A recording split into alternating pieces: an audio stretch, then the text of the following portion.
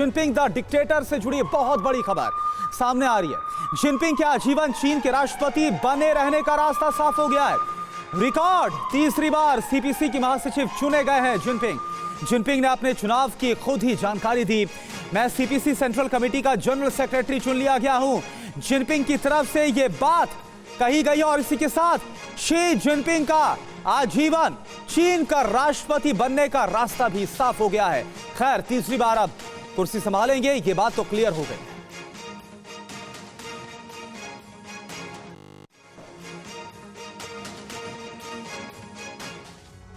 तो Xi Jinping को लगातार तीसरी बार मिली है चीन की सत्ता। इसके आसार तो लगातार बने हुए थे और कहा यह जा रहा था कि शी जिनपिंग के अलावा अब कम्युनिस्ट पार्टी ऑफ चाइना में कोई उनके कद का लीडर बचा नहीं है। वैसे भी एक एक करके अपने सारे विरोधियों की आवाज बंद कर दी है शी जिनपिंग ने और उनको लगा दिया है ठिकाने।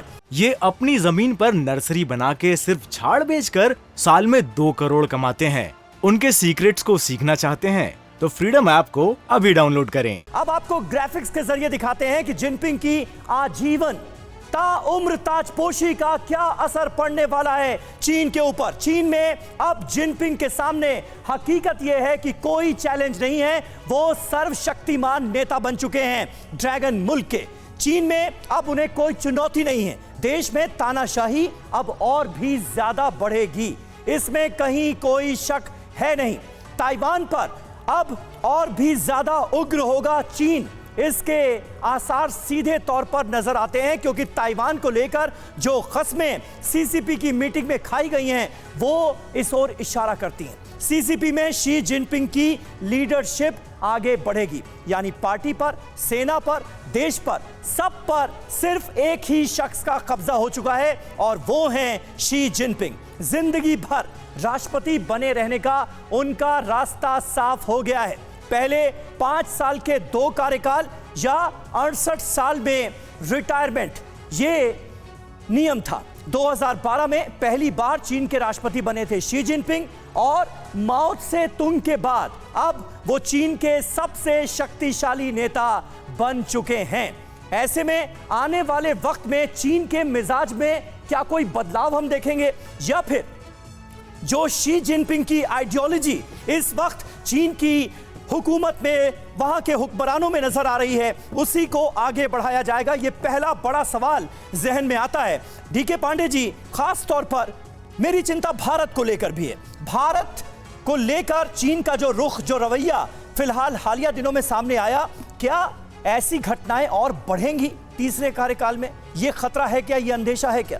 देखिए, निश्चित रूप से अगर देखा जाए जो भी फेस ऑफ हुआ गालवान में भारत के साथ जी, चीन में उसमें थोड़ी किरकिरी जरूर हुई क्योंकि जो चीज़ें हम बैठ के सिद्ध कर सकते थे, उसको रिजॉल्व कर सकते थे, वो नहीं हुआ और उन्होंने एक तनाव का रास्ता चुना।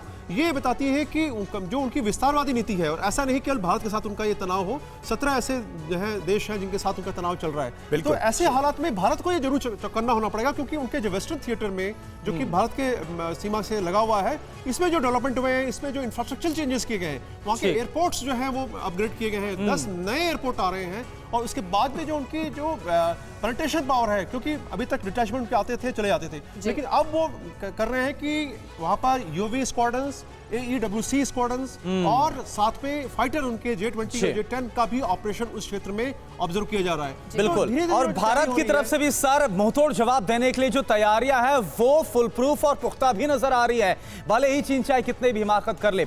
इन सब के बीच राठौड़ सर, मेरा आपसे सवाल है, देखिए ऐसे वक्त में जो वेस्टर्न पावर्स की तरफ से एक सबसे बड़े थ्रेट के तौर पर शी जिनपिंग को रखा गया है, लगातार जैसे अपनी मिलिट्री पावर खास तौर पर चाइना बढ़ाता हुआ नजर आ रहा है शी जिनपिंग की अगुवाई में, अब जब बात आ रही कि आजीवन ही राष्ट्रपति बने रहने का रास्ता साफ हो गया है, तो ये थ्रेट और कितना बढ़ गया है? देखिए, थोड़ा वक्त दीजिए मुझे, मैं ये बताना चाहता हूँ, शी जिनपिंग ने कहा हम दुनिया के साथ चलना चाहते हैं। उन्हें ये बात पता है कि पूरी दुनिया में सभी लोग ये चाहते हैं कि चीन के ऊपर आर्थिक निर्भरता कम की जाए। जी, चीन की आर्थिक स्थिति गिर रही है, उनकी जीडीपी की दर जो है भारत से कम हो गई है। अगर शी जिनपिंग अपने मिलिटराइजेशन के ऊपर ही फोकस करते हैं, जिससे इस क्षेत्र में और पूरे विश्व में अगर कॉन्फ्लिक्ट बढ़ेगा तो शी जिनपिंग को ये सारी चीजें लेकर चलना बहुत मुश्किल होने वाला है। इसलिए शी जिनपिंग को एक मिडिल पाथ लेना पड़ेगा जिसकी संभावना कम लगती है। ये अपनी जमीन पर नर्सरी बना के सिर्फ झाड़ बेचकर साल में 2 करोड़ कमाते हैं। उनके सीक्रेट्स को सीखना चाहते हैं तो फ्रीडम ऐप को अभी डाउनलोड करें।